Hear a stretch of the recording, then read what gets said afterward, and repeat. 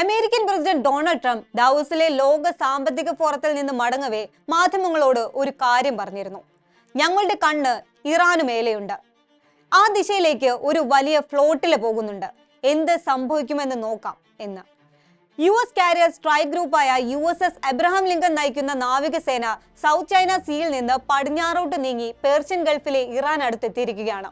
ജനുവരി 22-നാണ് Trump ഇറാനിലേക്ക് നാവികസേനയെ അയക്കുന്നതായി പ്രഖ്യാപിച്ചത്. Big flotilla എന്ന് വിശേഷിപ്പിക്കപ്പെട്ട ഒരു വൻ സൈനിക നീക്കമാണിത്. എന്തിനും തയ്യാറായി ഇറാനും അപ്പുറത്തുണ്ട്. ട്രംപിനെ നേർക്കുനേർ വെല്ലുവിളിക്കുകയും ചെയ്തു കഴിഞ്ഞു ഇറാന്റെ ഉന്നത നേതാക്കൾ. ഇറാനെ വളയാനെത്തിയ അമേരിക്കൻ ആർമാഡയുടെ നീക്കങ്ങൾ എന്തൊക്കെയാണ്? വിശദമായി നോക്കാം. സ്വാഗതം ഇൻഡെപ്തിലേക്ക്.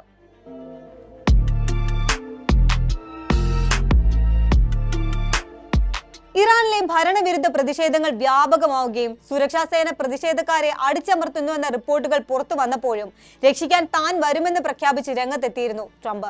പിന്നാലെയാണ് ഇറാൻ അടുത്തേക്ക് US നാവികസേനയുടെ എത്തിച്ചേരൽ. ലക്ഷ്യം ഖാംനെയാണോ? ജൂണിലെ ഓപ്പറേഷൻ മിഡ്നൈറ്റ് ഹാമറിന് മുൻപ് അമേരിക്ക ഇറാനെ നേരിട്ട് ആക്രമിച്ചിട്ടില്ല. ഇറാന്റെ ആണവ പദ്ധതിക്കെതിരായ ഒരു ഓപ്പറേഷൻ വിജയകരമായി നടത്തുന്നതിന് ആവശ്യമായ സാങ്കേതിക വിദ്യയും വൈദഗ്ധ്യവും വികസിപ്പിക്കുന്നതിന് തന്നെ അമേരിക്കയ്ക്ക് വർഷങ്ങളോളം ചെലവഴിക്കേണ്ടി വന്നിരുന്നു. എന്നാൽ പ്രതിഷേധക്കാരെ സംരക്ഷിക്കാൻ എന്ന പേരിൽ ആക്രമണത്തിനൊരുങ്ങുന്നതിന് പിന്നിൽ മറ്റു പല ലക്ഷ്യങ്ങളും ടാർഗറ്റുമാണ് അമേരിക്കയ്ക്കുള്ളതെന്നാണ് വിദഗ്ധർ ചൂണ്ടിക്കാട്ടുന്നത്.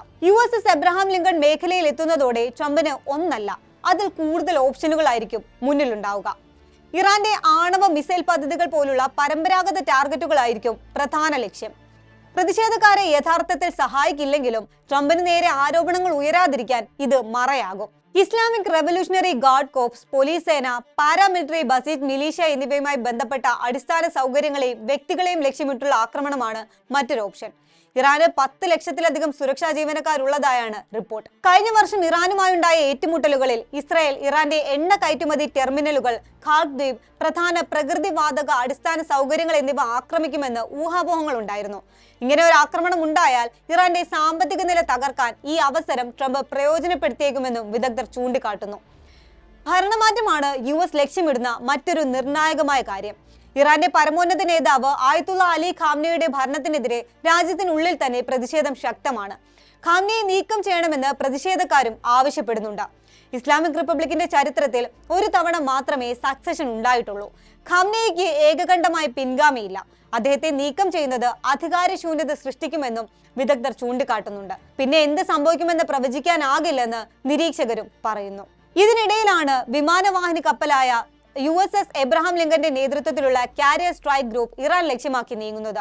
ദക്ഷിണ ചൈന കടലിൽ നിന്നും ഈ കപ്പൽ പടയെ അടിയന്തരമായി പശ്ചിമേഷ്യയിലേക്ക് തിരിച്ചുവിടുകയായിരുന്നു ട്രംപ്.